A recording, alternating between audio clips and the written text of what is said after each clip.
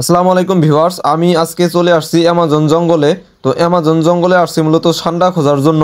তো সান্ডা এবং দেখি কি কি বড় বড় প্রাণী এই অ্যামাজন জঙ্গলে আছে। তো এই অ্যামাজন জঙ্গলে যদি প্রাণী নাও পাই তবে কিন্তু অনেক জিনিস আমি এখান থেকে কালেক্ট করে নেব। তো এই জন্যই মূলত আজকে আসছি। তো এই যে দেখতে পাচ্ছেন অ্যামাজন জঙ্গলে ঢুকতে আমার অনেক কষ্ট হচ্ছে। তো যাই হোক, কখন যে কি ভাইরাল হয় আসলে বলা যায় না। তো কয়েকদিন থেকে অনলাইনে ঢুকতেই পারতেছি না এই সান্ডার জ্বালায়। সান্ডা যে কি আসলে বলতেও পারি না। তো সবাই শুধু এই সান্ডাই করতেছে। তো যাই হোক, তো এই অ্যামাজন জঙ্গলটা কিন্তু আমার বাড়ির পাশেই, এটা হচ্ছে আমার সুপারির বাগান। তো এখানে কিন্তু অনেক প্রকারের সবজি আমি লাগাইছি। তো সেই সবজিগুলোই আজকে আমি এখানে তুলতে আসছি আর আপনাদেরকেও দেখাবো একদম ফ্রেশ টাটকা সবজি আমার গাছের, তো নিজের হাতে লাগাইছি। তো এই যে দেখতে পাচ্ছেন এখান থেকে আমি একটি শসা তুলে নিছি আর এই শসাটা আমি খাইতেছি। কি মজা!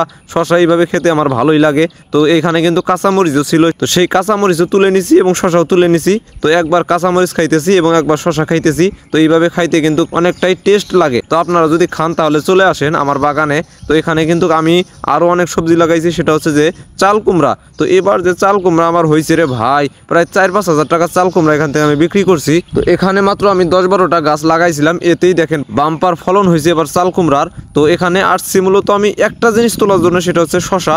তো শসা তুলতে বলছিল আম্মা আমাকে, এই জন্য মূলত এখানে আসছি। তো এখান থেকে দেখেন আমি শসা তুলে নিতেছি।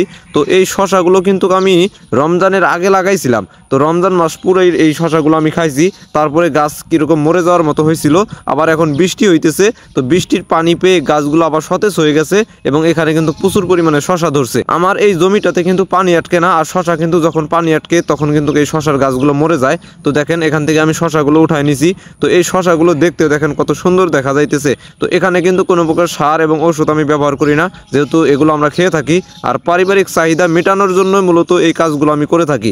আর এখানে কিন্তু শুধু এক জাতের সবজি না, বিভিন্ন প্রকারের সবজি আমরা লাগাই। তো নিজের হাতে লাগাই এবং এই সবজিগুলো আমরা বাজারে কমই বিক্রি করি। মোট কথা আমাদের পরিবারের চাহিদা মেটানোর পর আমাদের প্রতিবেশীদেরকে আমরা দেই। তো প্রতিবেশীদেরকে দেওয়ার পরে যেটা এক্সেস হয় সেটা আমরা বিক্রি করি। তো মাত্র 6-7টা শসা আমি পাইছি। তো এই 6-7টা শসার কি ওজন প্রায় 2-3 কেজির মতো হবে। তো এই শসাগুলো আমি কচুর পাতার মধ্যে নিয়ে নিছি। তো শসা নিয়ে জানলার ডান সাইডে চলে আসছি। তো এখানেও দেখলাম একটা শসা, তো সেই শসাটা আমি ছিঁড়ে নিলাম। তো শসা তোলা শেষ, এখন আমি বাসায় চলে যাব।